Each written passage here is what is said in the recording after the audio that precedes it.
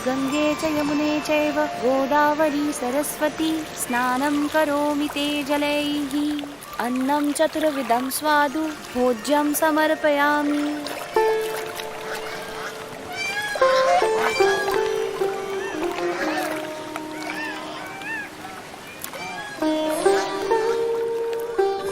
हमें जो मनुष्य जन्म मिला है वो बहुत दुर्लभ है और इसीलिए उसका उपयोग भी कल्याण के लिए होना चाहिए।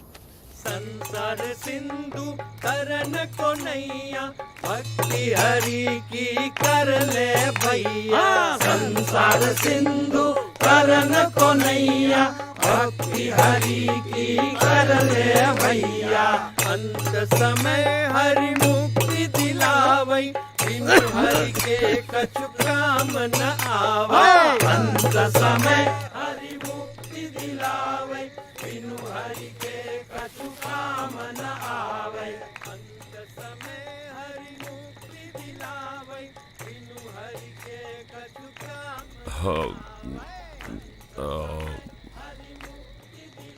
भाई वो अपना मजा ले रहे हैं और हम हमारा। उस नशे के सामने ये नशा तो कुछ भी नहीं है।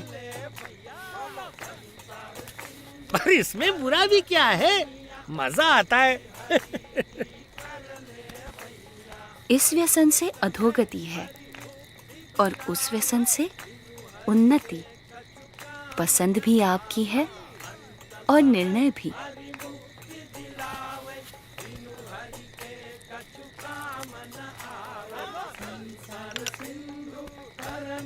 नैया, भक्ति हरि की कर ले भैया।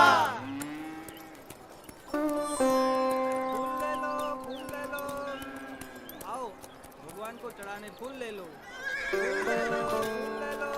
आप यहाँ पहली बार आए हैं? हाँ। तो मेरे साथ चलिए, मैं आपको गुप्त काशी के मंदिरों के दर्शन करवाता हूँ। चलो। ये गुप्त काशी का मणिकर्णिक कुंड है। यहाँ एक गौमुख से गंगा जी का पानी आता है और दूसरे गौमुख से यमुना जी का। अच्छा, गंगा यमुना का संगम है यहाँ।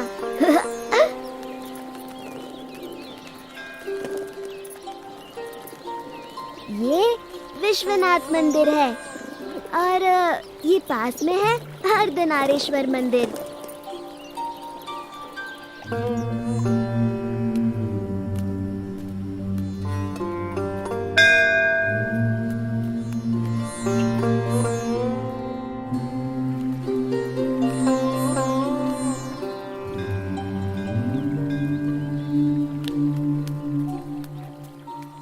अब आप कहाँ जाओगे?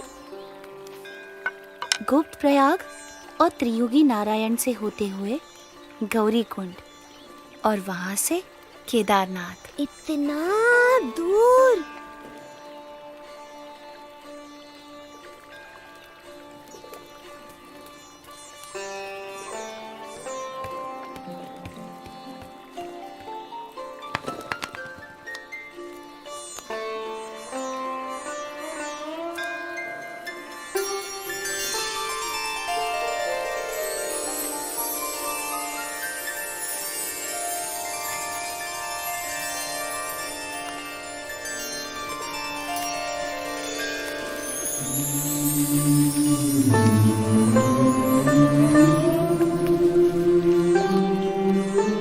प्रणाम, अपना ध्यान रखना।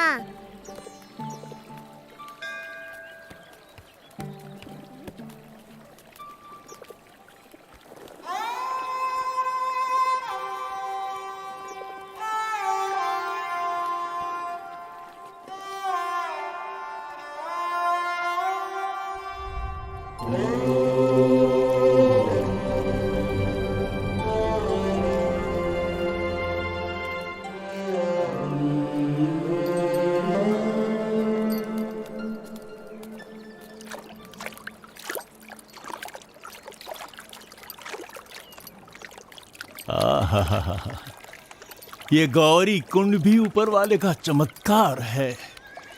चारों तरफ केदारनाथ की ठंड और उसके बीच में इस गौरी कुंड का गर्मीला पानी। आहा, बस जी भर के नहाओ, ठंड की कोई फिक्र नहीं। सही कहते हो तुम।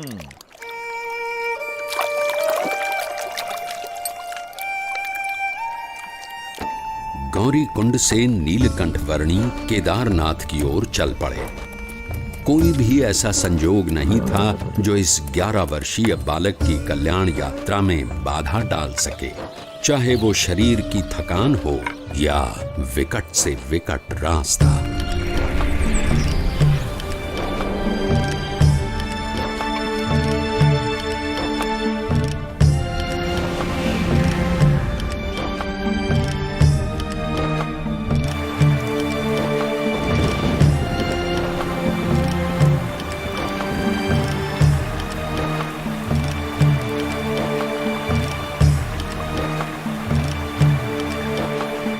भवाटवी में साधु की संगत हरिपद प्राप्त करावे।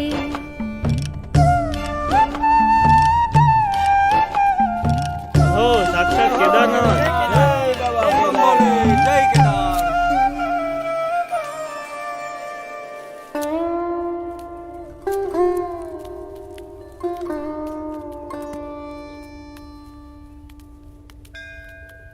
ये कहाँ खोया हुआ है?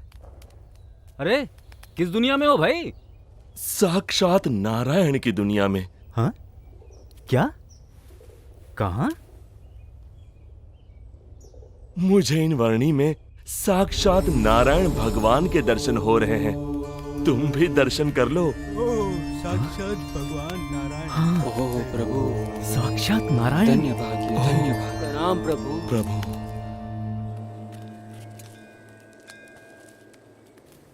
मान लो कि तुम यहाँ केदारनाथ में हो। ये रहा केदारनाथ, और तुम्हें जाना है यहाँ बद्रीनाथ में। हाँ, ये रहा बद्रीनाथ। अब सवाल ये है कि भाई जाओगे कैसे?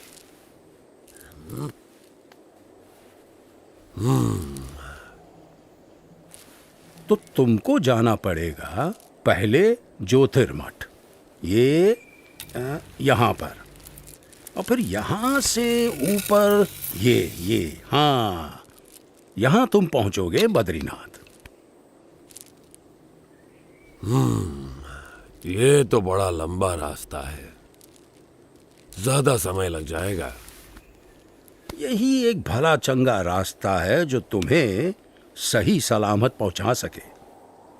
और कहीं इधर उधर भटकने गए तो हमेशा के लिए भटक जाओगे।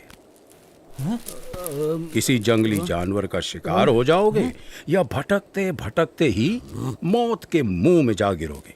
हाँ, फिर तो हम इसी रास्ते से जाएंगे। हाँ भाई, क्या कहना है तुम्हारा? हाँ भाई, जान बचेगी तो ही तो बद्रीनाथ पहुंचेंगे। हाँ?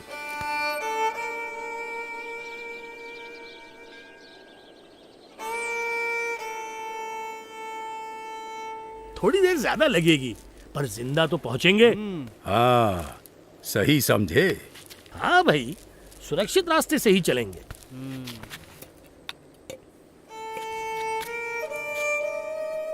केदारनाथ से सीधे बद्रीनाथ जाना असंभव भी तो नहीं है।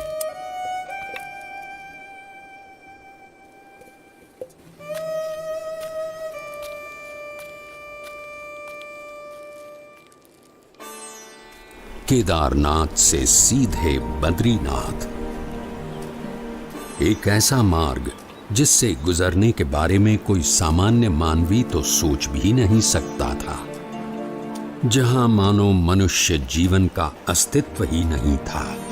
ऐसा कुछ भी नहीं था जो मनुष्यों को जीवित रहने देने का कारण बने। अगर कुछ था तो बस कदम कदम पर खतरा।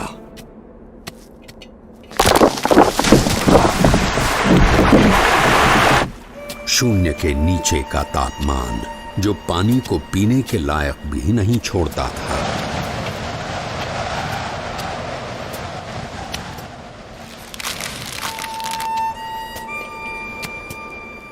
मीलों तक फैली हुई बर्फ जैसे विपत्तियों का महासागर और हर क्षण मृत्यु का आह्वान।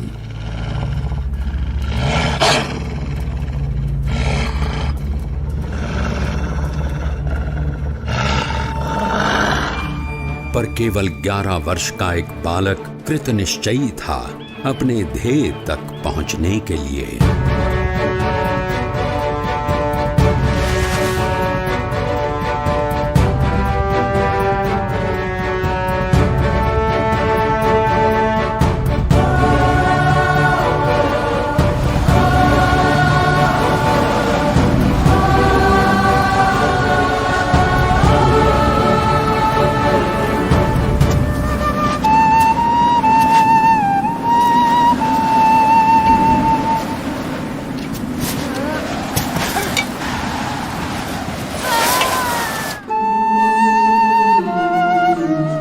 परमात्मनि यो रक्तो विरक्तो अपरमात्मनि।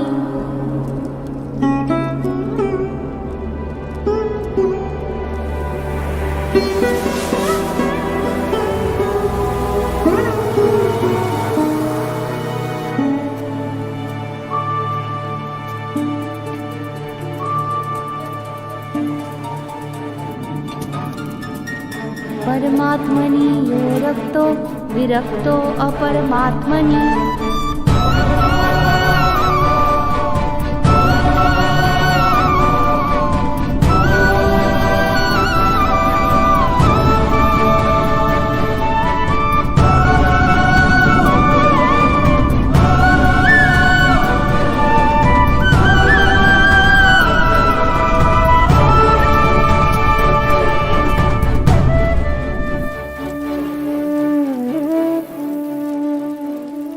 इस ठंड में हम लोग यहाँ कंबल ओढ़कर भी ठीक से सो नहीं पा रहे। और वो बच्चा नंगे पांव खुले शरीर केदारनाथ से सीधे बद्रीनाथ के विकट रास्ते पर अकेला चल पड़ा है। क्या हुआ होगा उसका?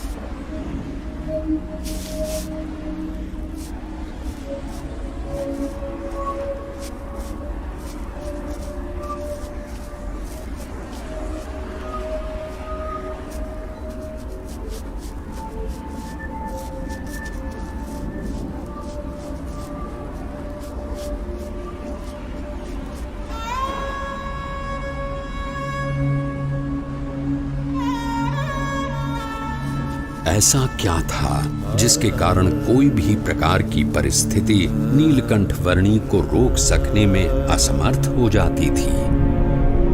कभी हिम प्रपात तो कभी भयानक बारिश, अनजान और निर्जन रास्तों में जंगली जानवरों से आकस्मिक भेंट, अनजान रास्तों को समझकर पहाड़ियों और खाइयों के बीच में से भी रास्ता कर लेने की चुनौती, और आराम करने के लिए धरती का बिछौना और आकाश की चद्दर। नीलकंठ वर्णी की दृष्टि में ऐसा कुछ भी नहीं था जो इस मनुष्य शरीर से नहीं हो सकता था। देह भाव से पर और मनोभाव से पर नीलकंठ वर्णी की आध्यात्मिक स्थिति ही ऐसी थी जो किसी भी परिस्थिति से ऊपर उठकर उनकी कल्याण यात्रा को आगे बढ़ाए रखती थी।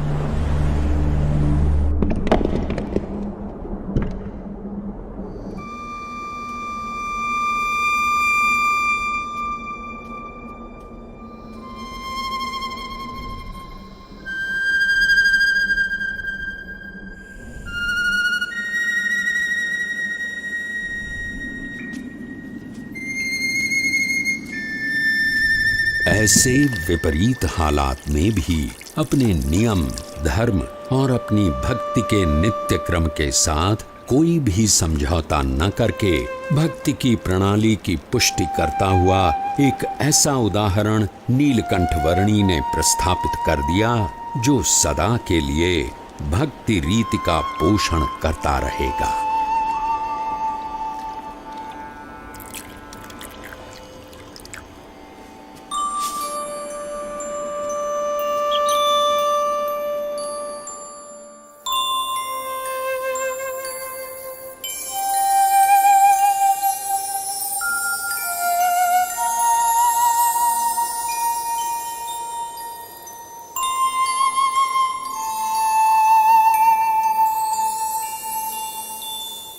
आज के समय में भी कई लोग साथ मिलकर बहुत सारी सुविधाओं के साथ जिसे पार करने के लिए हिचकिचाते हैं, वैसा केदारनाथ से सीधे बद्रीनाथ जाने का लगभग 75 किलोमीटर का मार्ग नीलकंठ वर्णी ने नंगे पांव, खुले शरीर, अकेले केवल 9 दिनों में पार कर लिया।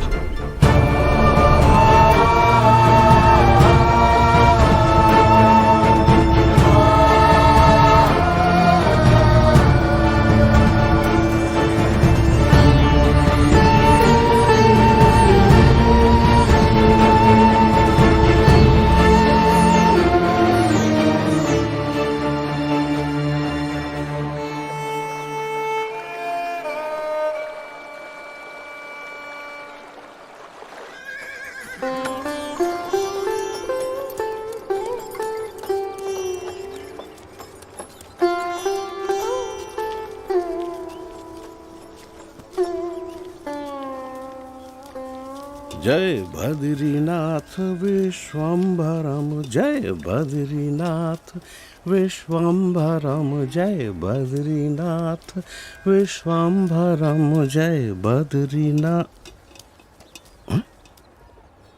अरे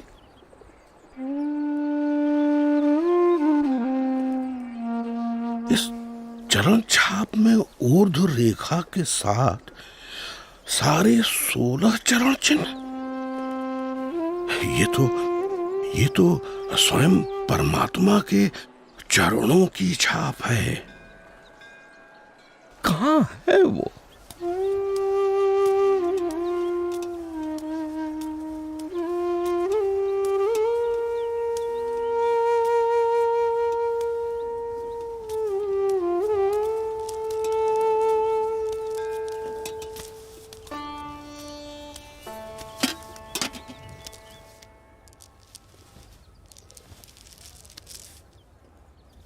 प्रणाम।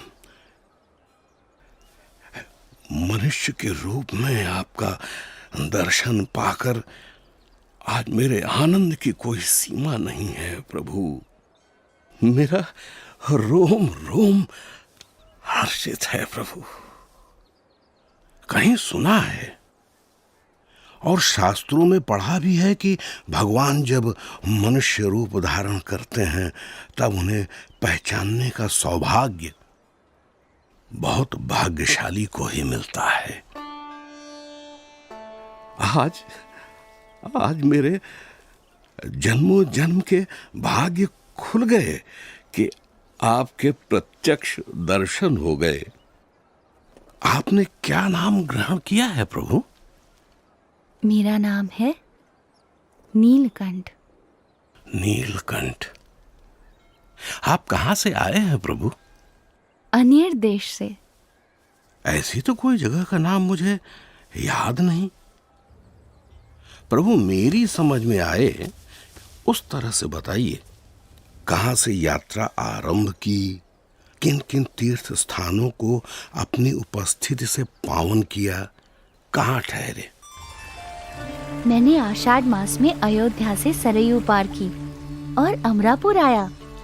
हिंडोला के दिन नारद वन में बिताए और पवित्र एकादशी हरिद्वार में की। तपोवन में जन्माष्टमी का उत्सव मनाया। लक्ष्मण झूला के पास लक्ष्मण मंदिर में उपवीत परिवर्तन किया। गणेश चतुर्थी श्रीनगर में, ऋषि पंचमी उद्धव वन में और जल झलनी एकादशी एवं वामन द्वादशी गुप्त काशी में की। त्रियुगी नारायण में पूर्णिमा करके श्राद्ध पक्ष मैंने गुप्त प्रयाग और केदारनाथ में बिताया और नवरात्रि के आरंभ में केदारनाथ से चलकर पहाड़ों को पार करके आज नवरात्रि के 9वें दिन यहाँ बद्रीनाथ आया हूँ। और आपका भाव है, इसीलिए दीपोत्सव और अन्नकूट उत्सव यही आपके साथ मनाऊंगा। अवश्य प्रभु।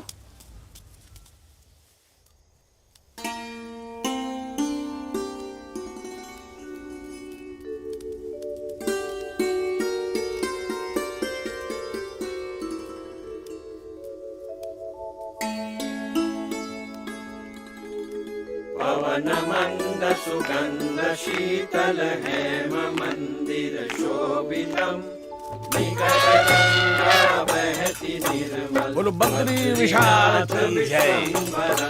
शीत ऋतु में ठंड से बचकर रहने के लिए बद्रीनाथ के लोग भगवान की मूर्ति समेत ज्योतिर्मठ आकर बसते थे।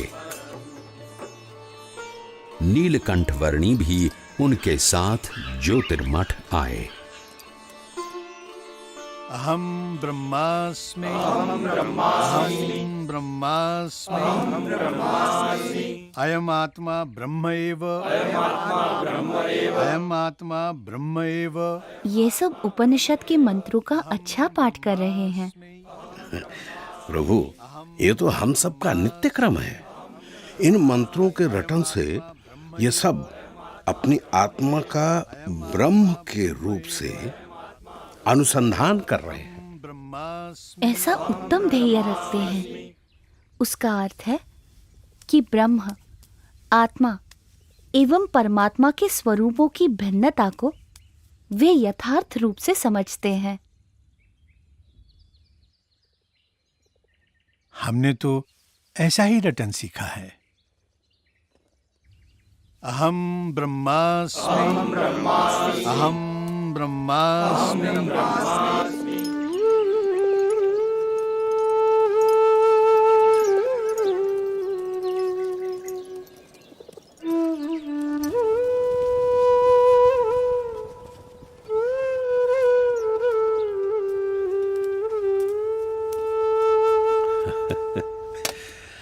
क्या देख रहे हो बालयोगी?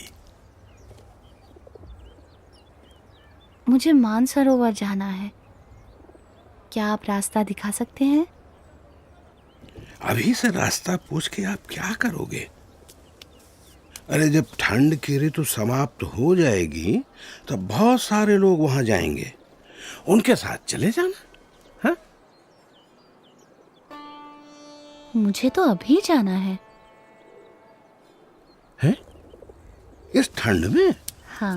मानसरोवर? अरे प्रभु, ऊपर की ठंड तो आग की तरह जलाती है। वहां शरीर का लहू पानी बन जाता है और पानी जमकर पत्थर, और कदाचित उससे बच भी गए तो बर्फ आपको जिंदा गाड़ देगी प्रभु। अरे प्रभु, इस ऋतु में मानसरोवर की ओर जाने के विचार मात्र से भी सब डरते हैं। आप मुझे योगी बुलाते हो ना? हाँ प्रभु। योगी को ना तो प्राणों का भय होता है, ना असफलता का, ना कल का, ना किसी फल का, ना यश का, ना अपयश का। आपका बहुत धन्यवाद कि आप मेरी चिंता करते हैं। प्रभु,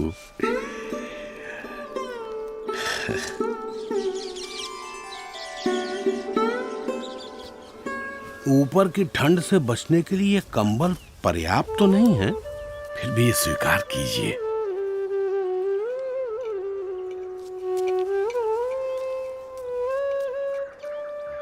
खेलने कूदने की उम्र में इतने कष्ट, ऐसी तपश्चर्या, इतनी कठिन यात्रा किस लिए? मेरी यात्रा कल्याण के लिए है।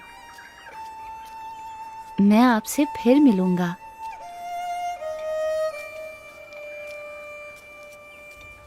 आपके दर्शन की प्रतीक्षा रहेगी प्रभु।